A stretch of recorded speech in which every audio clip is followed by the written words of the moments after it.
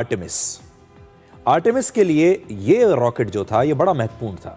इसी हफ्ते नासा ने अपने मून मिशन के लिए इस रॉकेट को बनाने वाली कंपनी ब्लू ओरिजिन को 1800 करोड़ रुपए का एक ऑर्डर दिया था। इसमें चंद्रमा पर रोवर और दूसरे सामान को भेजने की जिम्मेदारी इन्हें दी गई थी। इस हादसे के बाद नासा ने कहा है कि वो इस घटना की जांच करेगा और पता लगाएगा कि इसका भविष्य के स्पेस मिशंस पर इस घटना का कितना असर पड़ सकता है। तो देखिए कितना बड़ा ये ब्लास्ट हुआ है। और कई बार हम ऐसा सोचते हैं कि इस प्रकार की जो नाकामियां होती हैं, ख़ास तौर पर जो स्पेस मिशंस होते हैं, जब आप अंतरिक्ष में कोई सैटेलाइट छोड़ते हैं या कोई मिशन मून आपका नाकामयाब हो जाता है या कोई रॉकेट रास्ते में ही ख़राब हो जाता है, तो पूरी दुनिया की नज़र उस पर जाती है। उस कंपनी की भी बड़ी आलोचना होती है, उस कंपनी का जो शेयर है वो गिर जाता है, लोगों का भरोसा कम हो जाता है। हमारे यहाँ इसरो में भी ऐसा कई बार हो चुका है जब हमारे कुछ मिशंस नाकामयाब रहे हैं। लेकिन आप सोचिए, अगर ये धमाका इसरो में हो जाता हमारे देश में, तो अब तक हमारे देश के विपक्षी नेता और हमारे ही देश का एक वर्ग इसरो पर सवालिया निशान उठाता, इसरो के वैज्ञानिकों के ऊपर जो है सवाल उठाता और इस सब के लिए प्रधानमंत्री मोदी को जिम्मेदार ठहरा देता। अब तक तो हमारे यहाँ इस पर राजनीति शुरू हो चुकी होती। अब तक न जाने कितने नेताओं के बयान आ जाते अगर ये हमारे देश में हुआ होता तो। लेकिन अमेरिका में हुआ है, इसलिए कम से कम इस पर राजनीति नहीं हो रही। इसकी जांच जरूर होगी, क्या टेक्निकल समस्याएं आई इसकी जांच होगी, इससे सीखा जाएगा कि आगे ऐसा ना हो, लेकिन राजनीति नहीं होगी। अब मैं आपको नासा के बारे में बता रहा था। नासा चंद्रमा पर स्थायी तौर पर अपने वैज्ञानिकों के रहने के लिए एक बहुत बड़ी योजना पर काम कर रहा है और इसी मिशन का नाम दिया गया है आर्टेमिस। नासा ने इसी हफ्ते अमेरिका की 4 प्राइवेट स्पेस कंपनीज को अपने मून मिशन के लिए 6000 करोड़ रुपए से ज्यादा के कॉन्ट्रैक्ट्स दिए हैं। इनमें से कुछ कंपनियां लूनर व्हीकल्स, ड्रोन्स और रोबोट्स बनाएंगी, जबकि कुछ कंपनियां इन्हें चंद्रमा तक पहुंचाएंगी। तो सोचिए, अमेरिका की स्पेस एजेंसी नासा भी यह सोच रही है कि वो चंद्रमा पर रोबोट्स लेकर जाएगी, वहां पर ड्रोन्स लेकर जाएगी। और जिन कंपनियों को यह काम दिया गया है उनमें से एक कंपनी है ब्लू ओरिजिन, वही ब्लू ओरिजिन जिसका ये रॉकेट अभी ब्लास्ट होते हुए आपने देखा। और अमेज़न के जो फाउंडर हैं जेफ बेजोस, ये उन्हीं की कंपनी है और इस कंपनी के रॉकेट में ही ये अभी ब्लास्ट हुआ है। नासा का ये मिशन 3 चरणों में पूरा होने वाला है। फेज 1 इसी साल शुरू हो चुका है, जो वर्ष 2029 तक चलेगा। और फेज 1 में नासा चंद्रमा तक सुरक्षित पहुंचने का काम करेगा। इसमें मशीनें, रोबोट्स और जरूरी सामान चंद्रमा पर भेजकर वहां की जमीन और वहां के माहौल को समझा जाएगा। इस दौरान लगभग 21 बार चंद्रमा पर लैंडिंग की जाएगी और लगभग 4000 किलो सामान चंद्रमा की सतह पर भेजा जाएगा। सोचिए, 4000 किलो सामान जो है वो वहां जाएगा और इसके लिए बार बार लैंडिंग करनी पड़ेगी। आपको याद होगा, इसी साल अप्रैल में 4 एस्ट्रोनॉट्स चंद्रमा के पास गए थे, लेकिन वो चंद्रमा पर उतरे नहीं थे, बहुत करीब से जाकर वापस आ गए थे। वो चंद्रमा के अगले मिशन की जानकारी जुटाने के लिए ही यहां गए थे। और इस मिशन का दूसरा चरण वर्ष 2029 से शुरू होगा और 2032 तक चलेगा। इसमें चंद्रमा पर छोटे स्तर पर रहने की तैयारी शुरू की जाएगी, यानी वहां पर मशीनें और रिसर्च सिस्टम काम करना शुरू कर चुके होंगे तब तक। और इस दौरान 24 बार चंद्रमा पर लैंडिंग हो चुकी होगी। लगभग 60,000 किलो सामान चंद्रमा पर पहुंचाया जाएगा और यह दूसरा चरण होगा। और सबसे आखिर में वर्ष 2032 के बाद यह तीसरा चरण शुरू होगा, जो बड़ा महत्वपूर्ण है। इसमें वैज्ञानिक चंद्रमा पर स्थायी रूप से रहकर वहां पर रिसर्च का काम कर पाएंगे। तो देखिए, यह बहुत बड़ी बात है कि अगर यह मिशन कामयाब हो गया तो हमारे पृथ्वी के जो वैज्ञानिक हैं वो स्पेस स्टेशन में अब उनको रहने की जरूरत नहीं है। वो सीधे चंद्रमा पर लैंड करेंगे। चंद्रमा में उनकी कोई ना कोई लैब बना दी जाएगी, रहने की व्यवस्था होगी और वो चंद्रमा के धरातल पर रहते हुए वहां काम कर पाएंगे, वहां पर रिसर्च कर पाएंगे। तो ये अपने आप में एक बहुत बड़ा चमत्कार होगा, एक बहुत बड़ा नया आविष्कार होगा, जब इंसान 1-2 दिन नहीं बल्कि कई हफ्तों, महीनों तक चंद्रमा पर रह पाएगा और रिसर्च कर पाएगा। तो ये है नया मिशन मून नासा का। अब वापस अपने देश में आते हैं। नासा तो प्लान कर रहा है चंद्रमा तक जाने की, लेकिन हमारे देश में एक और नई समस्या पैदा हो गई है, और वो ये है कि हमारे देश में नीट का जो क्वेश्चन पेपर है वो लीक हो गया, जिससे हमारे देश के लाखों जो छात्र हैं उनका भविष्य अधर में लटक गया। इसलिए आज हम आपको ये बताएंगे कि क्या नीट का पेपर लीक होने से रोकने के लिए अब इंडियन एयरफोर्स इन क्वेश्चन पेपर्स को परीक्षा केंद्रों तक पहुंचाएगी। 28 मई को सरकार की एक बैठक में यह सुझाव दिया गया कि नीट यूजी के क्वेश्चन पेपर्स को एग्जामिनेशन सेंटर्स तक पहुंचाने के लिए इंडियन एयरफोर्स की मदद ली जा सकती है। हालांकि अभी इस सुझाव पर सिर्फ चर्चा हुई है, ये कुछ फाइनल नहीं हुआ है। मैं स्पष्ट करना चाहता हूं, इस पर कोई आखिरी फैसला नहीं हुआ है। एक चर्चा जरूर हुई थी, लेकिन ये जो चर्चा हुई है, हमारा आज का विश्लेषण उसी चर्चा पर आधारित है। इस समय इन क्वेश्चन पेपर्स को एग्जामिनेशन सेंटर्स तक पहुंचाने के दौरान ही ये लीक हो जाते हैं, और इनके लीक होने का खतरा हमेशा हर बार बना रहता है। और अब इसके लिए वायुसेना के एयरक्राफ्ट्स का इस्तेमाल किया जा सकता है, ताकि इन क्वेश्चन पेपर्स को एक फुल प्रूफ सुरक्षा दी जा सके और इनके लीक होने का कोई खतरा ना हो। जिस बैठक में चर्चा हुई उसमें रक्षा मंत्री राजनाथ सिंह, शिक्षा मंत्री धर्मेंद्र प्रधान और संचार मंत्री ज्योतिरादित्य सिंधिया भी शामिल हुए थे।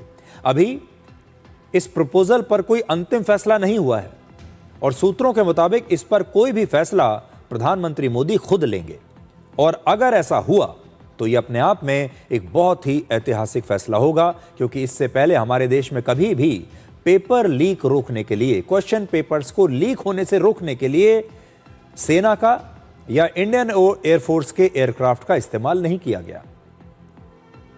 अब सुनिए कि यह बात चिंताजनक क्यों है। हमारी सेनाओं की पहली जिम्मेदारी है दुश्मनों से हमारी सीमा की रक्षा करना। सीमा पार जो दुश्मन बैठे हैं उनसे हमारी रक्षा करना, उन दुश्मनों का दमन करना, यह उनकी पहली जिम्मेदारी है। तभी तो हमारा देश सुरक्षित रहता है।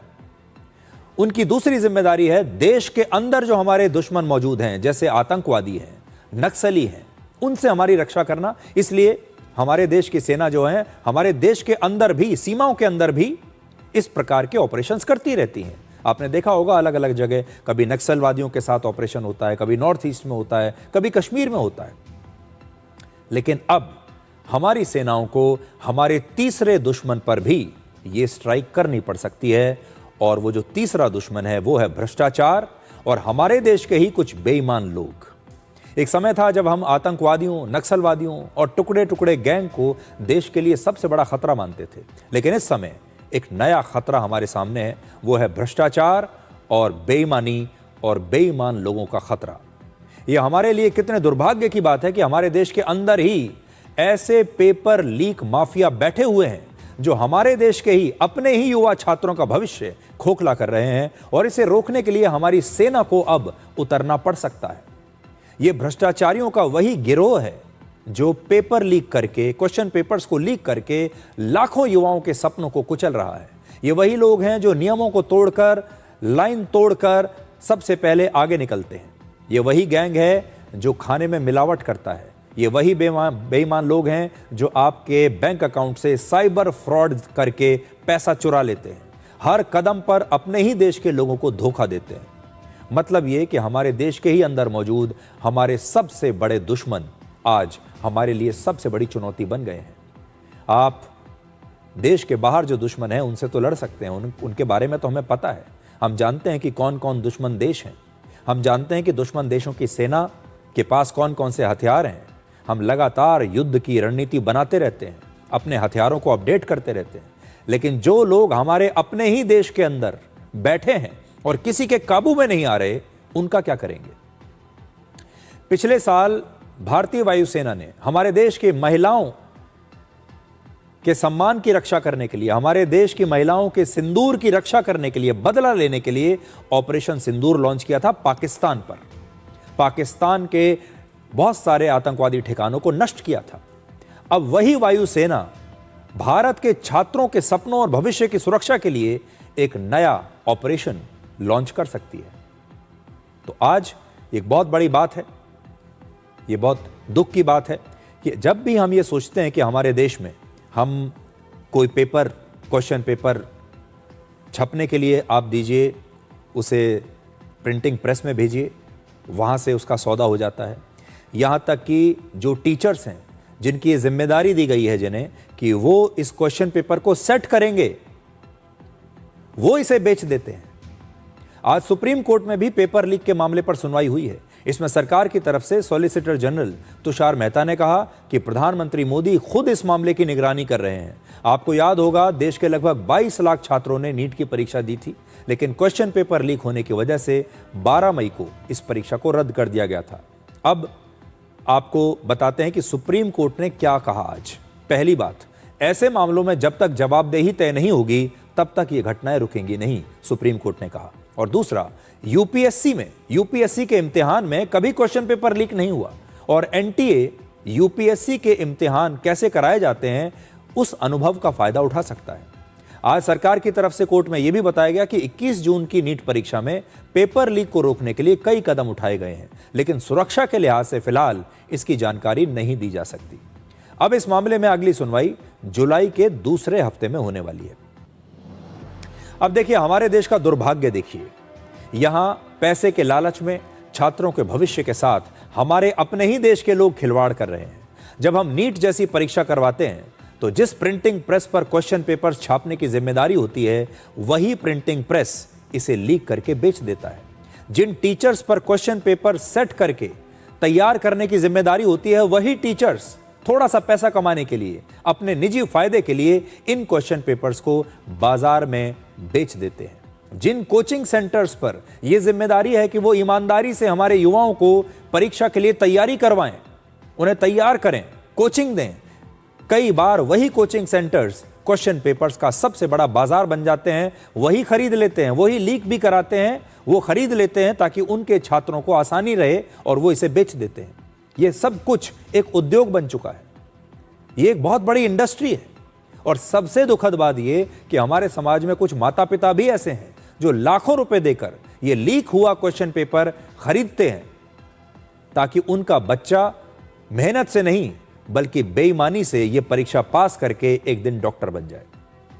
अब आप सोचिए, हम भरोसा करें तो किस पर करें? क्योंकि जब पूरे सिस्टम पर संदेह होने लगे तब पूरे देश का भरोसा आखिरकार उन्हीं संस्थाओं पर जाकर टिक जाता है जिनकी ईमानदारी और अनुशासन पर हमारे देश को सबसे ज्यादा विश्वास है। यानी हम चारों तरफ से विश्वासघाती लोगों से घिरे हुए हैं। किसी पर विश्वास नहीं किया जा सकता, किसी संस्था पर विश्वास नहीं किया जा सकता। और ऐसे में आज स्थिति यह हो गई है कि अब इस पूरे सिस्टम में हमारा भरोसा सिर्फ हमारी सेना पर बचा है, क्योंकि अपनी सेना पर हम आंख बंद करके भरोसा कर सकते हैं। ये एक अच्छी बात भी है, क्योंकि अगर वायुसेना को ये जिम्मेदारी दे दी गई तो फिर पेपर लीक होने का कोई चांस नहीं रहेगा। हमें इतना विश्वास है अपनी सेना पर। लेकिन ये दुखद भी है कि हम कैसे लोगों से हमारा समाज आज घिरा हुआ है कि हम एक पेपर भी ठीक से आयोजित नहीं करवा सकते, पेपर को लीक होने से रोक नहीं सकते, क्योंकि जितने भी लोग हमारे आसपास बैठे हैं सब भ्रष्ट हैं, बिक चुके हैं और लालची हो चुके हैं। ये एक समाज के तौर पर भी हमें देखना होगा कि भारत का जो समाज है वो किस तरफ जा रहा है। हमारे देश में कितनी बेशर्मी के साथ आज लोग मिलावट करते हैं, खाने पीने की चीज़ें नकली आ रही हैं। बाजार में जाइए, न जाने कितनी चीज़ें आपको नकली खरीदने को मिलेंगी, चाहे आपकी जान ही क्यों ना चली जाए। हमारे ही देश के लोग, हमारे ही देश के बूढ़े बड़े लोगों का, सीनियर सिटीजन्स को कैसे साइबर फ्रॉड के जरिए उनकी मेहनत की कमाई को रातों रात, मिनटों में उनके बैंक अकाउंट से निकाल लेते हैं। जरा भी शर्मिंदगी नहीं होती। हमारे ही अपने देश के लोग हमारे ही छात्रों के भविष्य के साथ खेलते हैं और क्वेश्चन पेपर को लीक करा देते हैं। और ये जो समस्या है ये धीरे धीरे बढ़ती जा रही है। इसीलिए भ्रष्टाचार के मामले में अगर आप देखेंगे तो ये एक बहुत बड़ी चुनौती भारत के सामने आने वाली है। भारतीय वायुसेना के बारे में हमने अभी आपको बताया। अब आपको एक नई तस्वीर हम दिखाएंगे जिसे देखकर आपको बड़ा गर्व होगा। और ये तस्वीर है मेड इन इंडिया हथियारों की, जो भारत में नहीं आर्मेनिया की मिलिट्री परेड में दिखाई दी है। आर्मेनिया ने 28 मई को अपने रिपब्लिक डे पर अपनी राजधानी में ये परेड निकाली। वैसे तो ये परेड बहुत शानदार है, तस्वीरें आप देखिए, बहुत खूबसूरत तस्वीरें हैं। लेकिन आज हम आपको ये परेड इसलिए नहीं दिखा रहे क्योंकि तस्वीरें बड़ी शानदार हैं, बल्कि इसलिए दिखा रहे हैं क्योंकि आर्मेनिया की इस परेड में मेड इन इंडिया यानी भारत में बने हथियारों का भी प्रदर्शन किया गया। और ये वो हथियार हैं जो आर्मेनिया ने हमसे खरीदे हैं। आप इस परेड में Pinaka multi barrel rocket launchers को देख सकते हैं। ये देखिए, ये भारत से खरीदे हैं। इस लॉन्च